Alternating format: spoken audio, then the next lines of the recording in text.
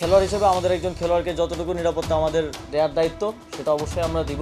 তাহলে তার ভেতরটা কেমন করতে পারে আমার মনে হয় সেটার সাথে বোধহয় আমরা তুলনা করতে পারি সাকিবের এখন মানসিক অবস্থা কি হতে পারে। 26শে সেপ্টেম্বর কয়েক ঘন্টার ব্যবধানে সাধারণ একদিন পরিণত হয়েছে স্মরণীয় দিনে। কানপুরে অবসর নিয়ে সাকিবের প্রেস কনফারেন্স, 790 মাইল দূরে তার শেষ ইচ্ছে পূরণে নিরুপায় বিসিবি সভাপতির বক্তব্য, সব মিলে যেন টালমাটাল দেশের ক্রিকেট। কানপুরে দুই ফরম্যাটকে বিদায় বলা সাকিব ইচ্ছে জানিয়েছেন শেষ টেস্টটা খেলতে চান হোম অফ ক্রিকেটে। তবে সাকিবের এই চাওয়া পূরণের এখতিয়ার যে নেই বোর্ডের হাতে, সেটা সাফ জানিয়েছেন BCB president Faruque Ahmed. Board সভাপতির এমন বক্তব্যে শঙ্কা জাগে দেশের মাটিতে দেশের সবচেয়ে বড় সুপারস্টারের অবসর নিয়ে। তবে কি কানপুরেই থামছে 75 নম্বর জার্সির পথ চলা? না, সে আশা যে এখনো পুরোয়নি তা স্পষ্ট হয়েছে নতুন বাংলার যুব ও ক্রীড়া উপদেষ্টার মুখের বাণীতে। খেলোয়াড় হিসেবে আমাদের একজন খেলোয়াড়কে যতটুকু নিরাপত্তা আমাদের দেওয়ার দায়িত্ব সেটা অবশ্যই আমরা দিব। তিনি দেশে আসলে আমরা সেটা দিব এবং তার নামে যে মামলাটা হয়েছে, হত্যা মামলা, সেটার বিষয়ে আমরা ইতিমধ্যেই বলেছি, ইতিমধ্যেই আইন মন্ত্রণালয়ও বলেছে যে সংশ্লিষ্টতা না থাকলে প্রাথমিকভাবেই নামটা বাদ দেওয়া হবে।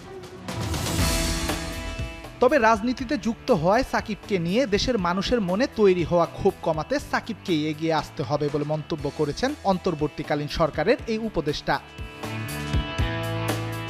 ওনার রাজনৈতিক পরিচয়ের কারণে জনগণের মধ্যে যদি ক্ষোভ থাকে, তাহলে মনে করেন আমার নিরাপত্তার জন্য কয়জন, 5 জন পুলিশ কনস্টেবল থাকে আর একজন গানম্যান থাকে।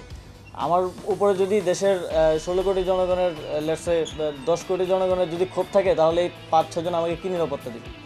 ওনাকে ওনার জায়গাটা পরিষ্কার করা প্রয়োজন, রাজনৈতিক জায়গা থেকে ওনার যে রাজনৈতিক অবস্থান সেটা নিয়েও কথা বলা প্রয়োজন। তো জনগণের পক্ষ থেকে যদি নিরাপত্তা ঝুঁকি থাকে, সেটা কেউই কাউকে আসলে দিতে পারবে না। শেখ হাসিনাকেও তো নিরাপত্তা দেওয়া যায়নি, তাকে দেশ ছেড়ে পালাতে হয়েছে। তো সেই জায়গাটা, রাজনৈতিক বিষয়টা পরিষ্কার করা প্রয়োজন বলে আমি মনে করি। কিন্তু একজন খেলোয়াড় হিসেবে আমাদের প্রত্যেক খেলোয়াড়কে নিরাপত্তা দেওয়াই আমাদের দায়িত্ব এবং সেই দায়িত্বটা আমরা পালন করব। বুকে হিমালয় সম চাপ নিয়ে খেলাটা এতদিন সাকিবকে আলাদা করেছে অন্য সবার চেয়ে। তবে এবার সেই সাকিবই নাকি ভেঙে পড়েছেন, জানিয়েছেন তার ছোটবেলার কোচ নাজমুল আবেদিন ফাহিম।